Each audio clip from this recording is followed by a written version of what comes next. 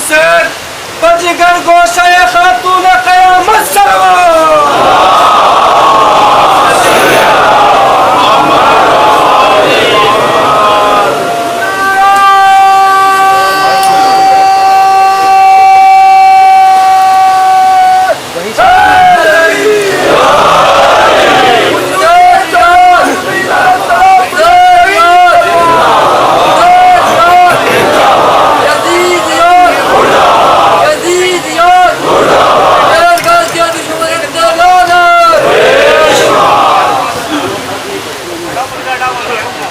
فاتحہ بسم اللہ الرحمن الرحیم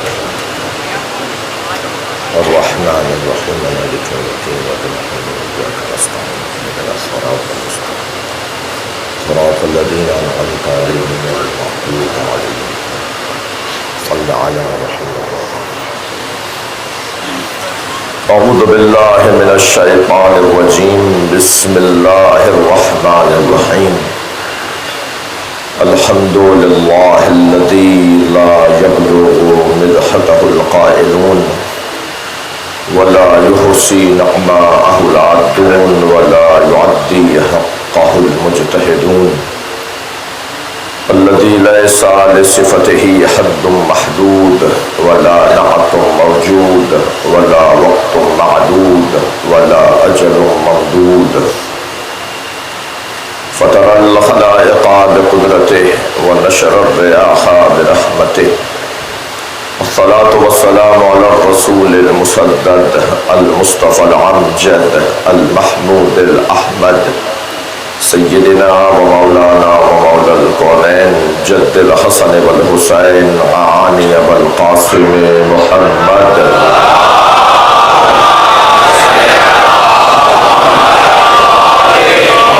وآله الطيبين الطاهرين المعصومين الذين قال الله إنما يريد الله ليذهب عنكم الرجس أهل البيت ويطهركم تطهيرا.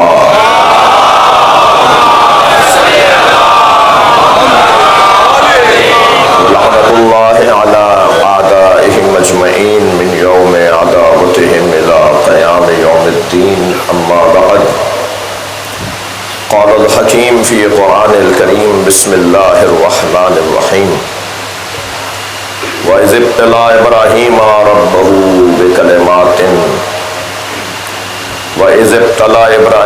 ربه بكلمات فأتمهن قال إني جاعلك للناس إماما قال ومن ذريتي قال لا ينال عهد الظالمين. صلوات.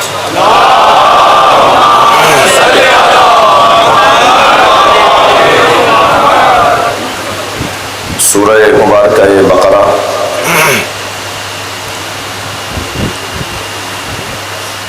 آیہ امامت. اللہ اپنے اس کلام میں حضرت ابراہیم کو نبوت و رسالت کے بعد منصب امامت پر فائز کر رہا ہے، مگر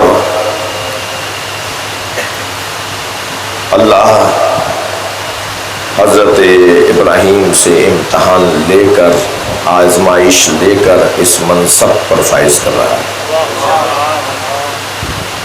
وہ کلمات کہ جن کی آزمائش حضرت ابراہیم نے دی،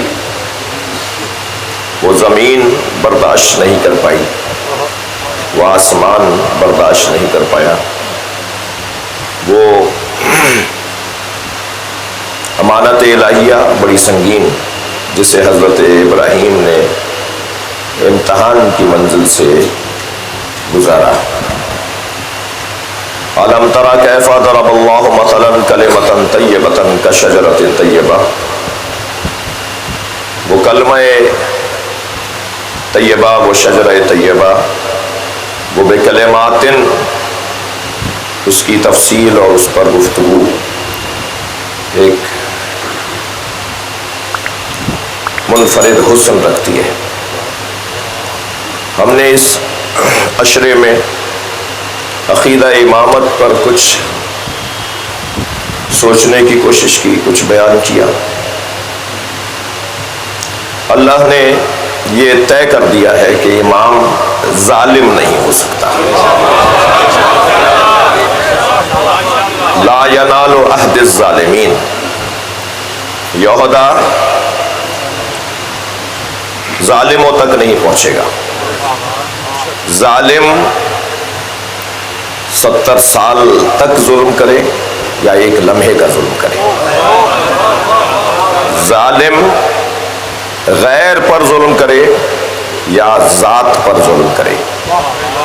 ظالم اللہ کے حقوق اور اللہ کے احکام کی حدود کی پامالی کی صورت میں ظلم کرے.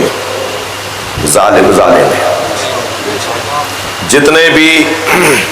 جتنی بھی ظلم کی قسمیں تصور کی جا سکتی ہیں اللہ نے انہیں امامت کے منصب سے دور رکھا ہے. امام اللہ انہیں دیکھنا چاہتا ہے. اللہ انہیں بنائے گا کہ جن کے ہاں عدل شدید ہو جسے عصمت کہا جاتا ہے. عدل جب اپنے کمال اور حسن پر پہنچے تو وہ عصمت کہلائے گی. یا میں اور لفظ بہتر کروں کہ ہمارے لیے وہ عدالت کہلائے گی. یعنی ہم اگر اپنے آپ کو سنبھالیں تو عدالت کہلائے, اللہ جنہیں سنبھالے تو عصمت کہلائے. یعنی اللہ جن کے اعمال کی حفاظت کرے, اللہ جن کے اعمال کی حفاظت کرے, جن کو محفوظ رکھے, وہ عنوان عصمت پانے والی ہستیاں. لہذا امامت کے لیے 3 صفات کا ہونا ضروری: علم, عصمت اور اعجاز, معجزہ. معجزہ بزرگ علماء کی تعلیمات اور علمی مباحث کو دیکھنے کے بعد عرض کر رہا ہوں کہ جیسے صفت نبی ہے ایسے صفت امام بھی ہے. یہ 3 صفات کے حامل کو اللہ امامت عطا کرتا ہے. بحث بہت سے ضمنی موضوعات پر گفتگو ہو چکی ہے جو مسلسل اپنی زیارت سے ہمیں شرف یاب کرتے رہے وہ مستحضر ہیں.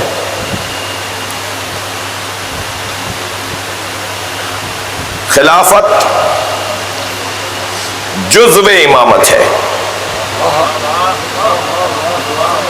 امور مسلمین اور تدبیر مخلوق اگر خلافت کا عنوان ہے تو خلافت ایک امامت کا حصہ ہے. اور اگر خلافت بمعنی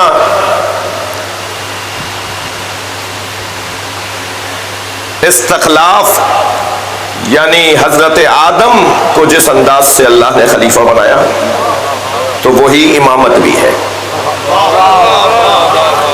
میں اگر اپنے الفاظ کو آپ اس مجلس جس کے اوپر میری گفتگو 3 حصوں میں تقسیم ہے, ایک اپنے مضمون کو تتمہ دینا, تکملہ دینا, ایک سالانہ قومی مسائل پر جو ہم اپنی قوم کو آگاہ کرتے ہیں, ذمہ داروں کو ہوشیار کرتے ہیں, ریاستی حکومتی اداروں کو متوجہ کرتے ہیں, وہ میری گفتگو کا درمیانہ حصہ ہے.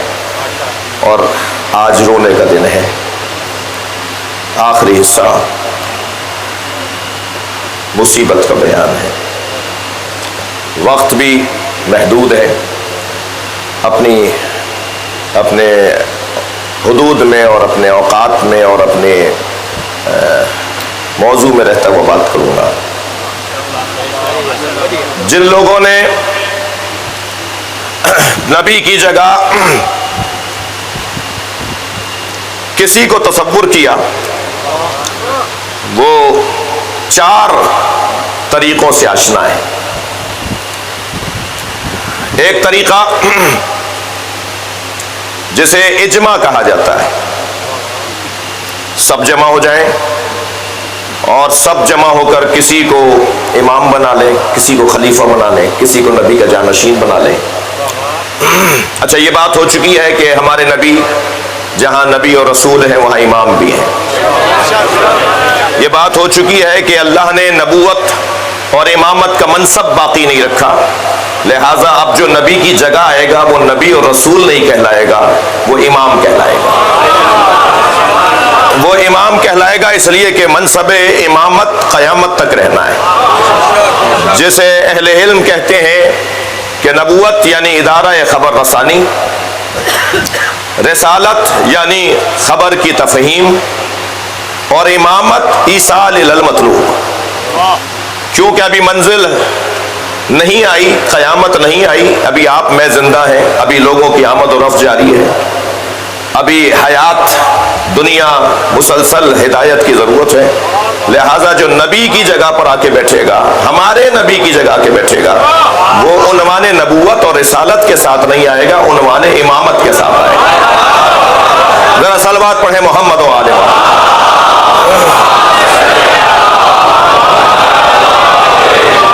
تو اب جو بھی نبی کی جگہ آئے وہ امام، اور اب امامت کا عنوان 4 طریقوں سے لوگوں نے تصور کیا ہے۔ ایک تصور ہے کہ کیسے امام بنائے، وہ تصور اجماع کا تصور، لوگ جمع ہو جائیں، اہل حل و عقد جمع ہو جائیں اور امام بنا لیں۔ تو اس پر صرف ایک ہی جملہ کہوں گا، جی وہ اجماع ہی کیا جس میں علی نہ ہو۔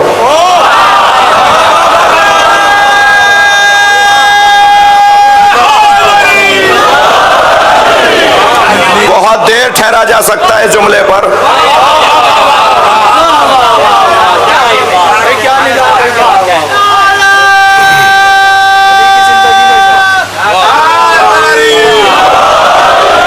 آپ مضمون سے آگاہ اور آشنا ہے۔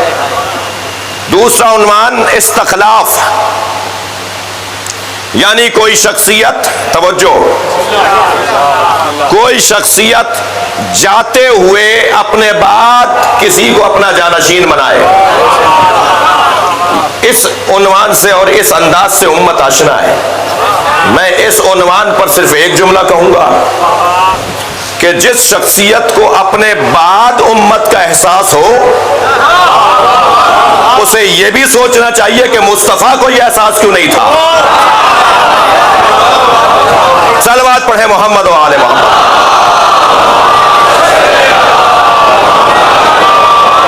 بھائی بڑی احتیاط کے ساتھ ان منزلوں کو گزار رہا ہوں۔ آپ محسوس کریں گے کہ یہ دوسرا عنوان ہے جسے امت نے استخلاف کہا۔ تیسرا عنوان اجماع، معاف کیجئے شورا۔ پہلا عنوان اجماع، دوسرا عنوان استخلاف، تیسرا عنوان شورا۔ مشورے سے کرتے ہیں، طے کر لیتے ہیں مشورہ کر کے۔ عزیزو، یہ تیسرا عنوان تاریخ کا حسین باب ہے۔ میں جس اینک سے اس باب کو دیکھ رہا ہوں وہ حسین ہے، جس اینک سے میں دیکھ رہا ہوں۔ پہلی مرتبہ، توجہ، علی نے آسینے چڑھا کر اپنے فضائل پڑھے۔ سلامات پڑھیں محمد و آل محمد۔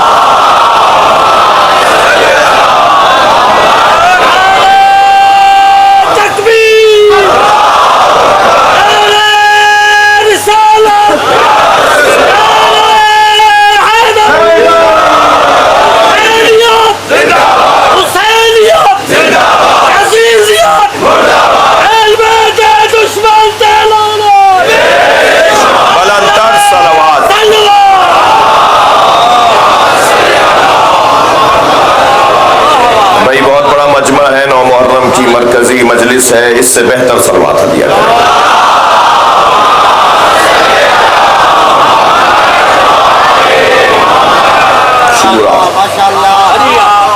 ان تینوں اصطلاحوں سے میرا مجمع آشنا ہے۔ چوتھا عنوان جسے بیان کرنے کی ذمہ داری اس ممبر کی ہے۔ وہ چوتھا عنوان یہ ہے کہ جس نے پہلا امام بنایا تھا وہی دوسرا بنائے گا۔ لہذا غدیر کی دھوپ ہوگی،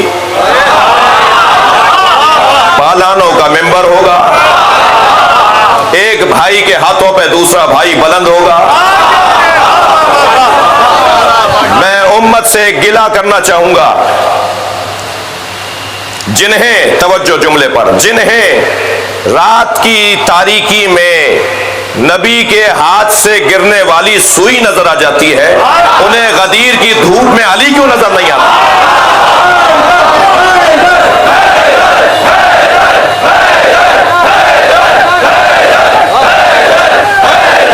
بلندتر صلوات۔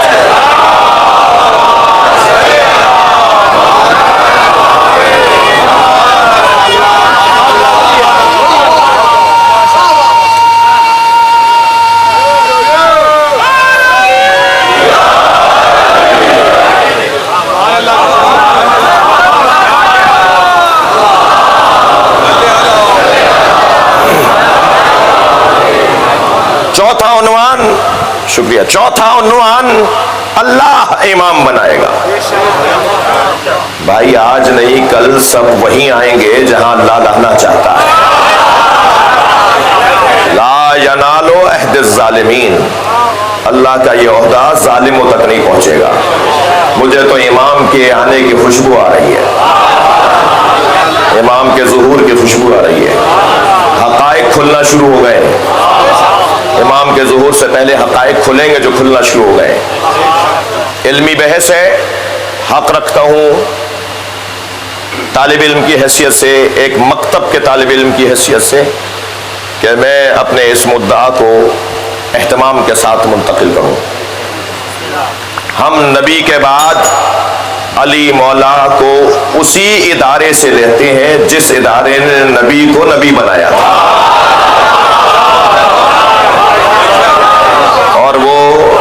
اور وہ اللہ کا وجود ہے، وہ اللہ کا وجود ہے۔ ان لم تفعل فما بلغت رسالتہ، اگر میرے حبیب آپ نے یہ کام نہیں کیا، فعل کی بات ہو رہی ہے، ان لم تقل نہیں کہا اللہ نے، اگر آپ نے نہیں بولا، صرف بولنے کی بات نہیں ہے، ہاتھوں میں اٹھا کے دکھائیں، سارے مجمع سے بیعت لیں، کوئی جانے نہ پائے۔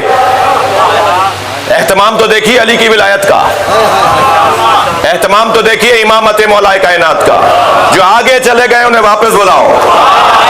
میں یہاں ایک جملہ کہوں، وہ کون لوگ تھے جو نبی سے آگے چلے گئے تھے؟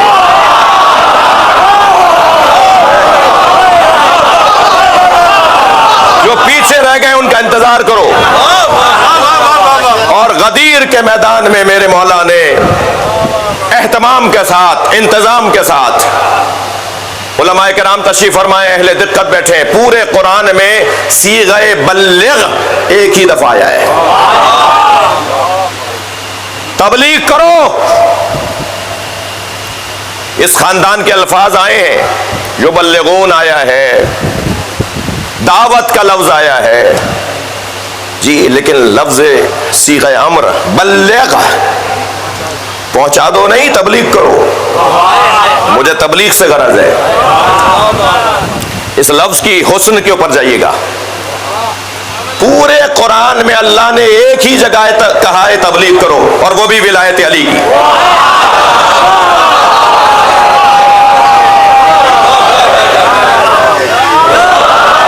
ولایت علی کی تبلیغ کا حکم نبی کو ہے۔ اور فَإِن لَمْ تَفْعَلْ، اگر آپ نے کام نہیں کیا، وَإِن لَمْ تَفْعَلْ، اگر آپ نے کام نہیں کیا، فَمَا بَلَّغْتَ رِسَالَتَهُ۔ جی، نبی کی عمر مبارک، سن مبارک، نبوی حیات 63 برس کی ہے، میں 23 برس کا قائل نہیں ہوں، یہ مجمع 23 برس کا قائل نہیں ہے، ہم 40 سال کے بعد نبی ہونے کے قائل نہیں ہیں، ہم تو اس وقت بھی نبی مانتے ہیں جب آدم نہیں تھے۔ الحمدللہ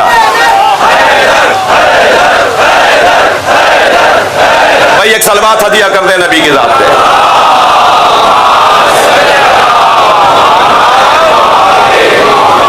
جی نبی مکرم کی 63 برس کی زندگی اور نبوت کتنے برس کی ہے بھائی؟ ابھی بھی محمد الرسول اللہ پڑھ رہے ہیں نہیں آپ؟ جب آج بھی آپ محمد الرسول اللہ پڑھ رہے ہیں اور قیامت تک پڑھتے رہیں گے تو نبوت کتنی ہے؟ اب 63 برس کو 1400 سال تو ابھی ہو گئے نا، اور قیامت نہ جانے کب آئے گی. البتہ اللہ نے کہا ہے کہ قریب ہے. جی تو 1400 سال یہ ہو گئے اور نہ جانے قیامت کب تک آئے گی، کب آئے گی. تو نبی کی نبوت تو چل رہی ہے. تو اتنی طویل نبوت میں 63 برس کو دیکھیے، اگر آپ نے علی نہ پہنچایا تو فما بلغت رسالتہ. جی کتنا طویل دورانیہ ہے جو نبی کا پیغام چلنا ہے.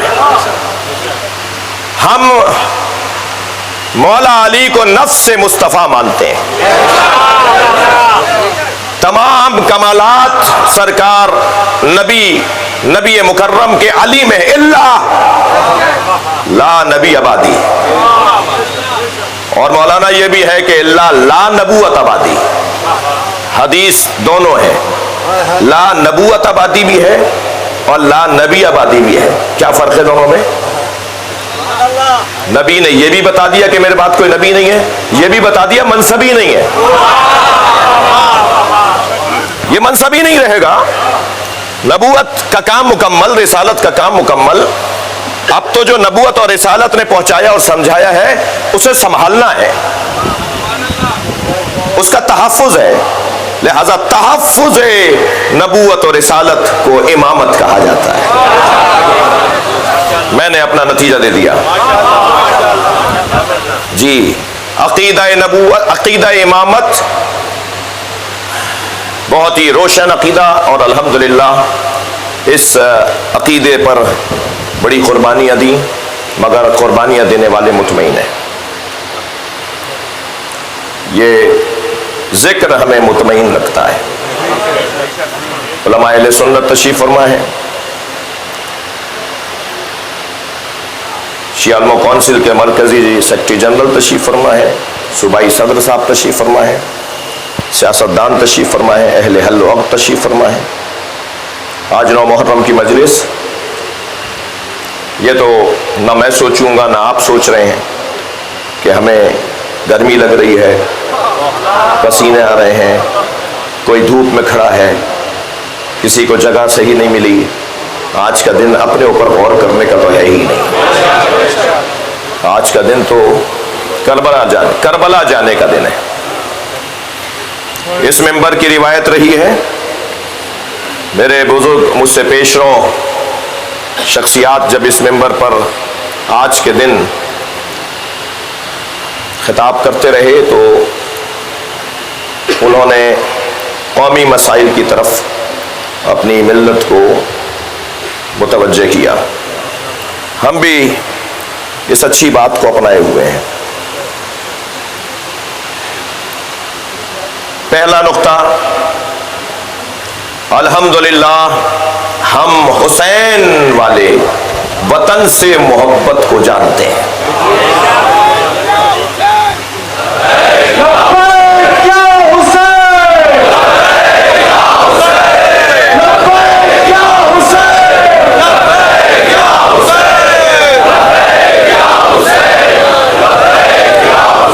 بھائی پھر صلوات پڑھوا کے روکا بھی کریں نا. محمد آل محمد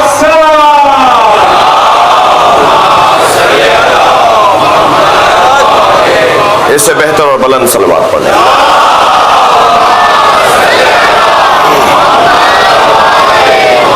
ہم اپنے وطن سے پیار کرتے ہیں، اس کی خاطر مرنے کو تیار ہیں اور اسے ترقی کرتا ہوا دیکھنا چاہتے ہیں. اپنی ساری صلاحیتوں کو، اپنی تمام توانائیوں کو اپنے وطن کی خاطر ماضی میں بھی اور اب بھی اور آئندہ بھی حاضر رکھیں گے. اور ہم کسی بھی قربانی سے دریغ نہیں کریں گے، اور تاریخ بھی ہماری یہی ہے۔ اس پہلے نقطے پر ایک جملہ کہہ کے دوسرے نقطے کی طرف آؤں گا۔ ہم وطن سے وفاداری اور حسین کی عزاداری پہ یقین رکھتے ہیں۔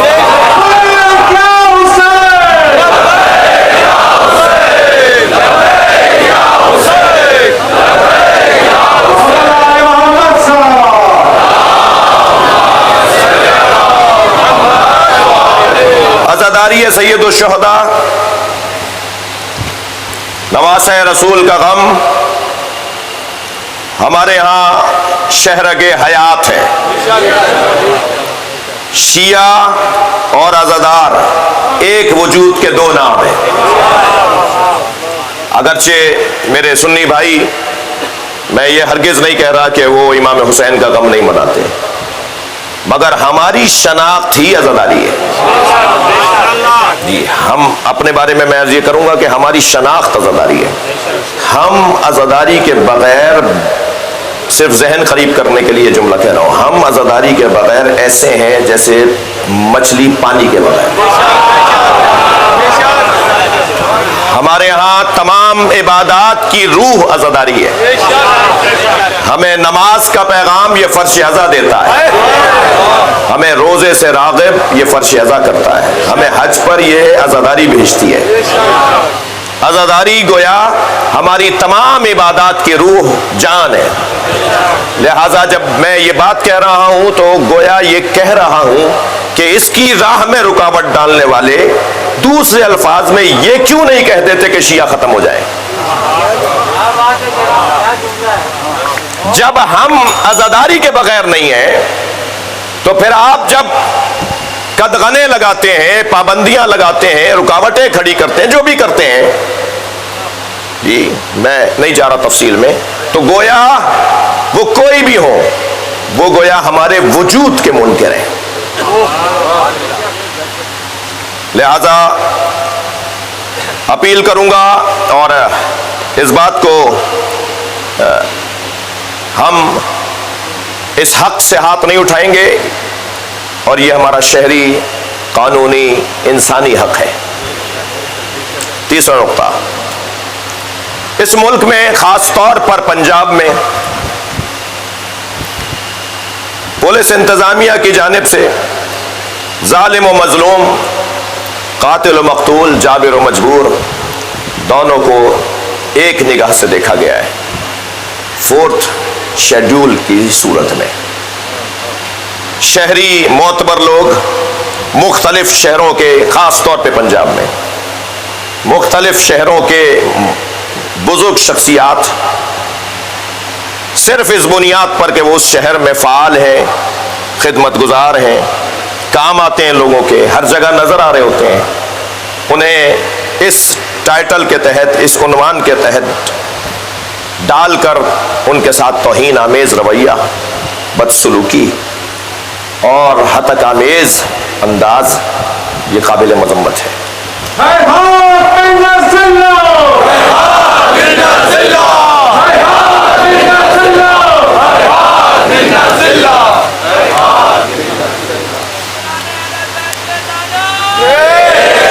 ملک کے مسائل میں بالخصوص پنجاب اور بالعموم پورے پاکستان میں عزاداری کو روکنے کے لیے عزاداروں پر FIRs درج کرنا، زبان بندیاں، شہروں میں داخلے پہ پابندی، نو گو ایریاز بنانا علماء، خطباء، ذاکرین کے لیے، اور اپنے ہی وطن میں انہیں ایک شہر سے دوسرے شہر جانے سے روکنا، یہ انتہائی قابل افسوس، قابل مذمت، اور کبھی کبھی احساس ہوتا ہے کہ ہمارا یہ ماحول کسی بڑے خطرناک ماحول کی طرف، یہ ہمارے ذمہ دار کسی خطرناک ماحول کی طرف لوگوں کو آمادہ کر رہے ہیں۔ اس کے بعد کا مسئلہ یکساں تعلیمی نصاب. یکساں تعلیمی نصاب میں بارہا مسلسل تجاویز، اعتراضات اور مشوروں کے بعد بھی وہ چیزیں جن پر ہمیں تحفظ ہے، جنہیں ہم نہیں مان رہے، جنہیں ہم نہیں مان سکتے، وہ نصاب تعلیم میں ڈال کر پاکستان کے مستقبل یعنی آج کے بچوں کے ساتھ زیادتی اور ناانصافی کا ماحول. ہمیں مسلسل لفظ کیا بولوں کہ ٹلایا جا رہا ہے، اسے مؤخر کیا جا رہا ہے. دیکھتے ہیں، بتاتے ہیں، اور نصاب تعلیم میں ان چیزوں کو ڈال دیا گیا کہ جو چیزیں ہم مطمئن نہیں ہیں. ہم یکساں تعلیمی نصاب جو مرتب کیا جا رہا ہے اس سے مطمئن نہیں ہے.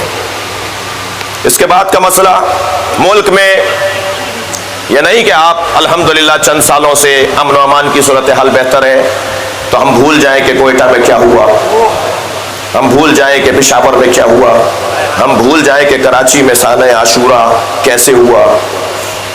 ملک میں جو مسلسل سانحات ہوئے، مسلسل جو ہمارے ساتھ زیادتیاں ہوئیں، آج تک ان کے مجرموں کو تختہ دار تک نہیں پہنچایا گیا، اور نہ ہی آزاد کمیشن بنا کر عدالتی انصاف کی فراہمی میں ہمیں تسلی دی گئی ہے. اس کے بعد کا مسئلہ اس سال محرم الحرام میں گلگت میں ایک افسوسناک واقعہ سامنے آیا جس کی جتنی مذمت کی جائے کم ہے. 2 افراد شہید ہوئے. میں اس مرحلے پر تمام قائدین اور اس سانحے میں اللہ کے کرم سے سرفراز ہونے والے علامہ راحت حسین الحسینی کی اور تمام شخصیات اور آپ کے لیے اللہ کی بارگاہ میں مزید صحت اور زندگی پر شکر ادا کرتا ہوں. اہم ترین مسئلہ مسنگ پرسن. کب تک ان ماؤں کو رلاؤ گے؟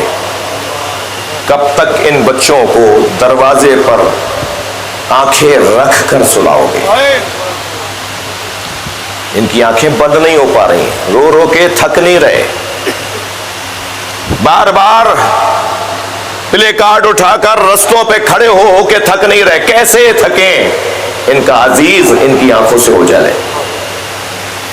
مسنگ پرسن جنہیں گم کر دیا گیا ان کی لسٹ بہت لمبی ہے، مگر میں آج جو لسٹ لے کر آیا ہوں وہ 13 افراد کی لسٹ ہے جو 2016 سے 2017 2018 2019 کسی کو 6 سال ہو گئے، کسی کو 5 سال ہو گئے.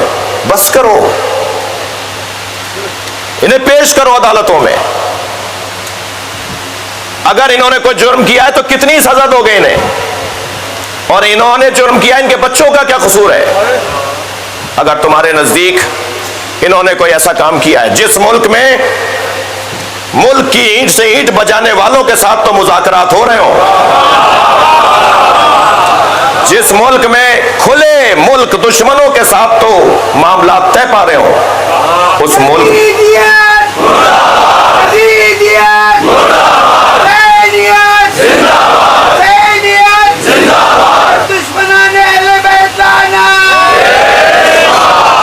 مسنگ پرسن کے یہ 13 نام اگر کوئی ذمہ دار مجھ سے چاہے گا تو ہم انہیں دیں گے. میں شخصیات سے جو یہاں تشریف فرما ہے، میری مراد صرف جو مجھے نظر آ رہی وہ نہیں، ایک بڑی تعداد شخصیات کی ہے جو کسی کونے میں کھڑے ہو کے مجلس سن رہی ہے. میں ان سے بھی گزارش کروں گا کہ اپنا حصہ ڈالیے، اس میں بات کیجئے ان افراد سے، ان ذمہ داروں سے، اور سب کو پتا ہے کس سے بات کرنی ہے. جی ان سے بات کیجئے، ان کو انصاف فراہم کیجئے. مسنگ پرسن کا مسئلہ،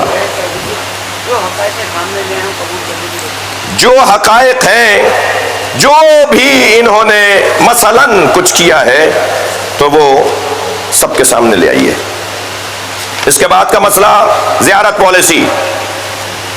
پالیسی. گزشتہ حکومت میں کمیشن بنا، مختلف میٹنگز ہوئیں، عراق، ایران، شام کے زائرین کے لیے، مگر اب تک اس میں ہماری طرف سے جو تحفظات ہیں انہیں دور نہیں کیا گیا، اور معلوم بھی نہیں ہے کہ وہ اس وقت کون سے سرد خانے میں ہے۔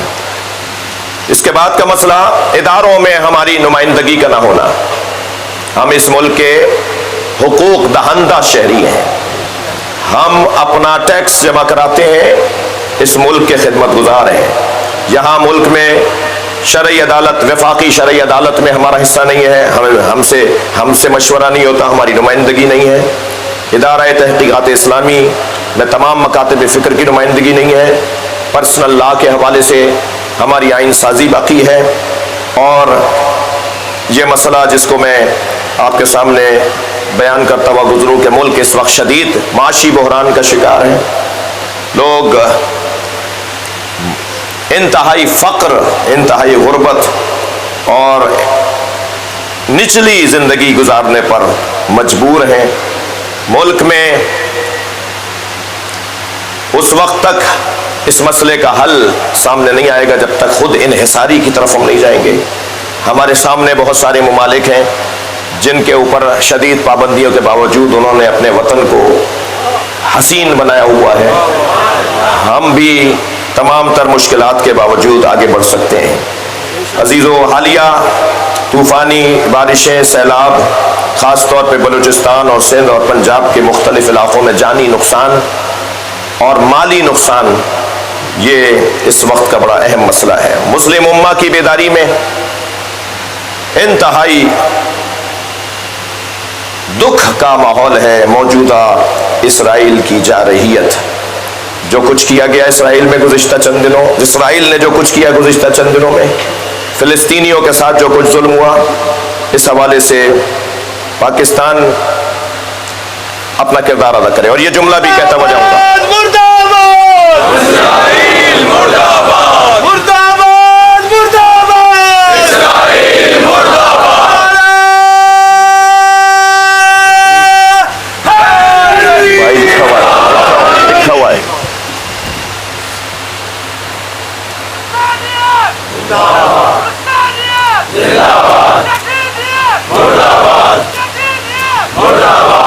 بلند تر صلوات، بھائی سب صلوات ہدیہ کر دیجئے۔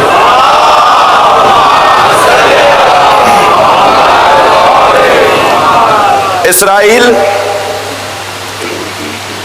کا ظلم، قبلہ اول کی آزادی، ہمارا وہی عقیدہ ہے جو قائد اعظم محمد علی جناح کا عقیدہ تھا۔ قائد اعظم اسرائیل کو ایک جارح، غاصب حکومت بولتے رہے۔ علامہ اقبال نے اسرائیل کے وجود کا انکار کیا۔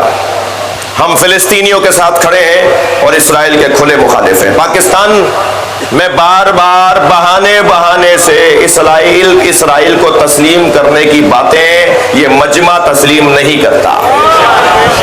مرد آباد، مرد آباد، اسرائیل مرد آباد، مرد آباد، مرد آباد، اسرائیل مرد آباد، اسرائیل منظور۔ معصوم کشمیریوں کے ساتھ جو بھارت کا رویہ ہے وہ ہمیں مظلوموں کی حمایت کے تقاضے کے مطابق اس منبر سے پاکستان کی حکومت، ریاست، ذمہ داروں سے اپیل کرتا ہے یہ مجمع کہ فلسطینیوں، کشمیریوں کا ساتھ دیں اور بھارت کے ساتھ کسی طور بھی کشمیر پہ سودا نہ کریں۔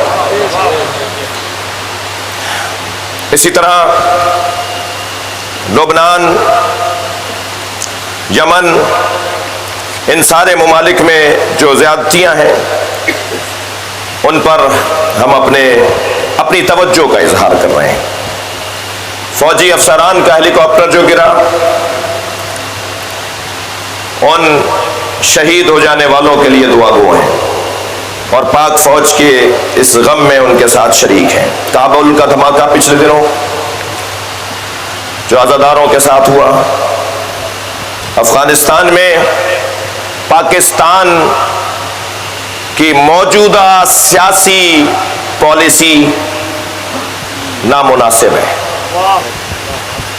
جو کچھ پاکستان کی طرف سے افغانستان کے لیے پالیسی بنائی گئی ہے ہم اس سے مطمئن نہیں ہیں. کچھ ضمنی مسائل ہیں, میں صرف ان کی طرف اشارہ کروں گا. کراچی میں ایک اہل بیت کے چاہنے والوں کی آبادی پر قبضہ ہوا ہے, رضویہ فیز 3. متوجہ کر رہا ہوں کہ بس کرو, اور ان غریب لوگوں کے جنہوں نے جوڑ جوڑ کر وہ اپنے لیے پلاٹ لیے ان کے ساتھ زیادتی بند کرو. دعا زہرا جیسی بچی کے مسئلوں کو حل کرو, اور پاکستان میں اقدار اور خلاقیات کو پروان چاہو. یہ ذکر انسانیت کا ذکر ہے. کربلا میں نماز پڑھنے سے نہیں روکا جا رہا تھا. ہاں, نماز سے افضل عبادت ان قبلت قبل ما سوا وان ردت رد ما سوا. مگر کربلا میں مسئلہ انسانی قدروں کا ہے. پیاسا مار دیا,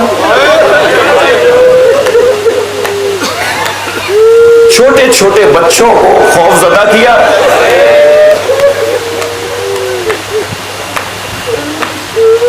اگر بدر میں علی نے تمہارے بڑوں کو مارا تھا تو تم علی کے بیٹوں سے بدلہ لے لیتے. فرضاً علی کی بیٹیوں نے کیا کیا تھا؟ دنیا میں کہیں رائج نہیں ہے کہ بدلہ بیٹیوں سے لیا جائے, بدلہ چھوٹی چھوٹی بچیوں سے لیا جائے. عزادارو, حسین کو پیاسا مارا ہے. میرے مولا سجاد فرماتے ہیں وہ وقت جب میں سوچتا ہوں تو میرے آنسو نہیں رکتے کہ میرے بابا حسین علی اصغر کے لیے پانی مانگ رہے تھے. اجرکم اللہ, اجرکم اللہ. عزادارو, آمادہ ہے گریہ کے لیے, آج 9 محرم ہے. حسین مولا نے عاشور کے دن لاشیں بہت اٹھائے, بلکہ میں لفظ ٹھیک کروں سارے لاشیں خود اٹھائے. غلاموں کے لاشیں بھی کسی اور کو اٹھانے نہیں دیے. اجرکم اللہ. جب حر نے اپنے بیٹے کی آواز سنی نا کہ وہ مدد کو پکار رہا ہے, تو میں آپ سے پوچھوں, اولاد والے بیٹھے ہیں نا, کتنی جلدی حر گیا ہوگا بیٹے کے لاشے پر, بیٹے کے جنازے پر, بیٹے کے بدن پر جہاں وہ گرا ہے, زخمی ہے, شہید ہو گیا, وہاں کتنی جلدی پہنچا ہوگا. مگر سنیں گے جب حر پہنچا نا, حسین پہلے سے موجود تھے. امام نے حر کے بیٹے علی ابن حر کا لاشا اپنی گود میں اٹھایا ہوا تھا. حر نے آگے بڑھ کر کہا, مولا یہ غلام زادہ ہے, مولا میرے بچے کا لاشا مجھے دے دیجئے. تو امام نے فرمایا, حر جوان کی میت باپ نہیں اٹھاتا.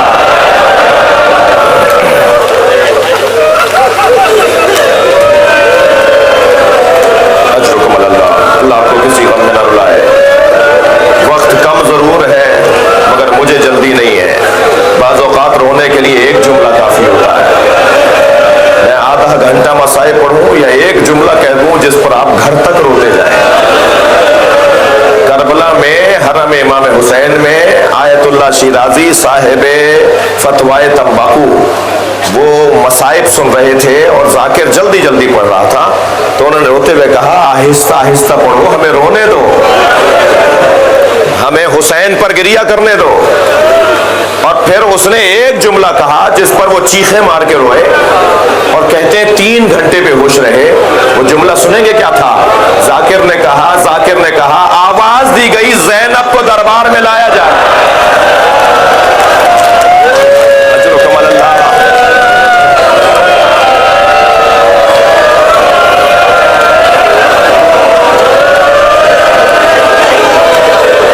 امام نے لاشیں بہت اٹھائے مگر رونے والوں 4 لاشوں پہ حسین بہت روئے.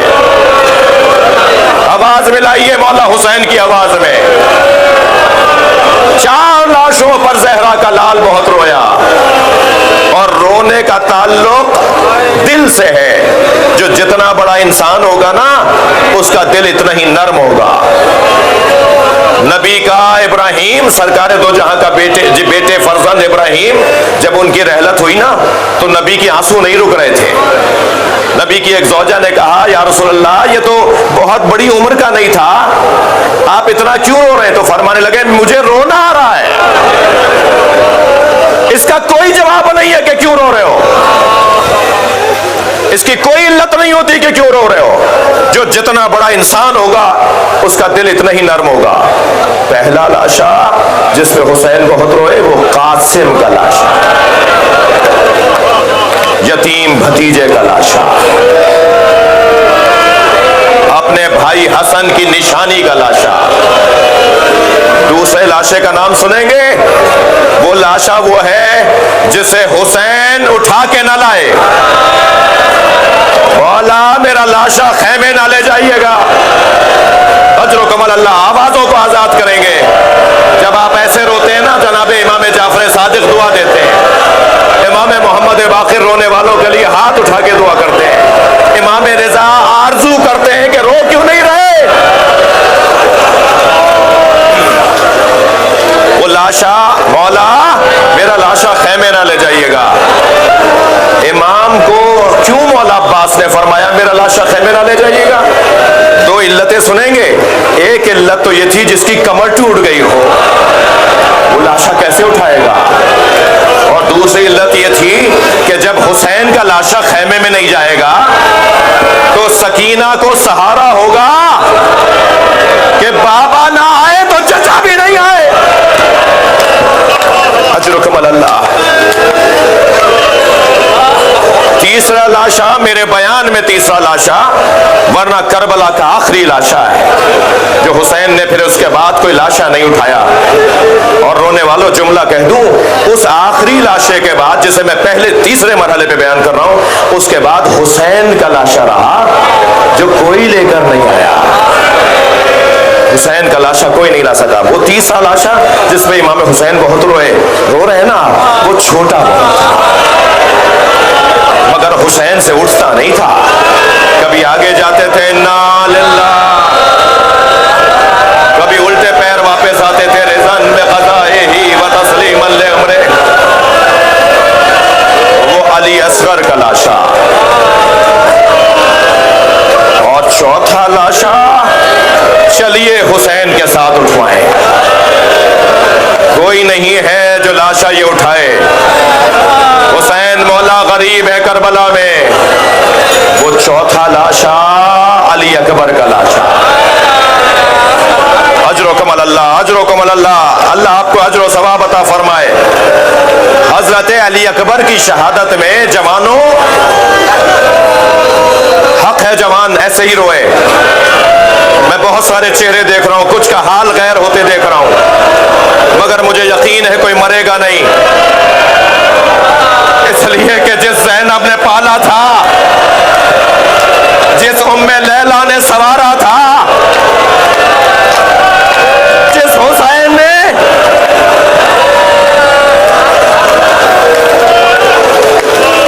اجرکم اللہ. حضرت علی اکبر کی شہادت میں کچھ امتیازات ہیں. ایک امتیاز حضرت علی اکبر کی شہادت کا یہ ہے کہ فرمایا علی اکبر جاؤ اپنی ماں بہنوں سے اجازت لو, بیویوں سے جا کے اجازت لو. کسی مجاہد کو امام نے خیموں میں نہیں بھیجا کہ جاؤ خیمے میں جاؤ, بہنوں سے اجازت لو. اس ماں سے لو اجازت جس نے پالا ہے, اس پھوپھی کو بھلا نہ دینا. اور دیکھو 4 سالہ بہن بھی یاد کر رہی ہے,